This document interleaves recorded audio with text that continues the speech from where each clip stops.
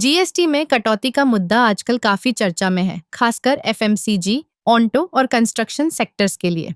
जब हम जीएसटी की बात करते हैं, तो ये सिर्फ एक टैक्स नहीं है, बल्कि ये हमारे जीवन के हर पहलू को प्रभावित करता है। मान लीजिए एफएमसीजी सेक्टर की बात करें।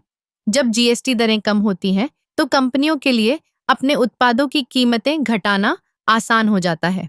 इससे उपभोक्ताओं को सस्ती चीजें मिलती हैं और उनकी खरीदारी बढ़ती है। इससे कंपनियों की बिक्री में इजाफा होता है, जो अंततः उनके राजस्व में वृद्धि करता है। अब ऑटोमोबाइल सेक्टर को लें। जीएसटी में कटौती से कारों और बाइक्स की कीमतें कम हो जाती हैं। इससे ग्राहक अधिक खरीदारी करने के लिए प्रेरित होते हैं। नए मॉडल्स की बिक्री बढ़ती है और कंपनियों को लाभ होता है। यह एक चक्रवात की तरह है। कीमतें कम, बिक्री बढ़ी और राजस्व में वृद्धि। कंस्ट्रक्शन सेक्टर भी इससे अछूता नहीं है। जीएसटी में कटौती से निर्माण सामग्री की लागत कम होती है।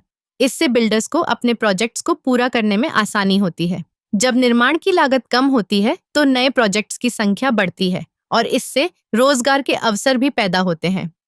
यह सब मिलकर FY26 में इन सेक्टर्स के लिए राजस्व वृद्धि को बढ़ावा देने का काम करेगा। लेकिन यह सिर्फ जीएसटी की कटौती पर निर्भर नहीं है। हमें यह भी देखना होगा कि सरकार अन्य नीतियों को कैसे लागू करती है। उदाहरण के लिए, अगर सरकार बुनियादी ढांचे में निवेश बढ़ाती है, तो इससे कंस्ट्रक्शन सेक्टर को और बढ़ावा मिलेगा। वहीं एफएमसीजी और ऑन्टो सेक्टर भी इससे लाभान्वित होंगे। इसलिए जीएसटी में कटौती एक महत्वपूर्ण कदम है, लेकिन यह एक बड़ा चित्र है। हमें इस पर ध्यान देना होगा कि कैसे ये सभी सेक्टर्स एक दूसरे को प्रभावित करते हैं। आखिरकार, अगर हम सभी मिलकर इन सेक्टर्स को मजबूत बनाते हैं, तो यह न केवल अर्थव्यवस्था के लिए अच्छा होगा, बल्कि हमारे जीवन स्तर को भी ऊंचा उठाएगा।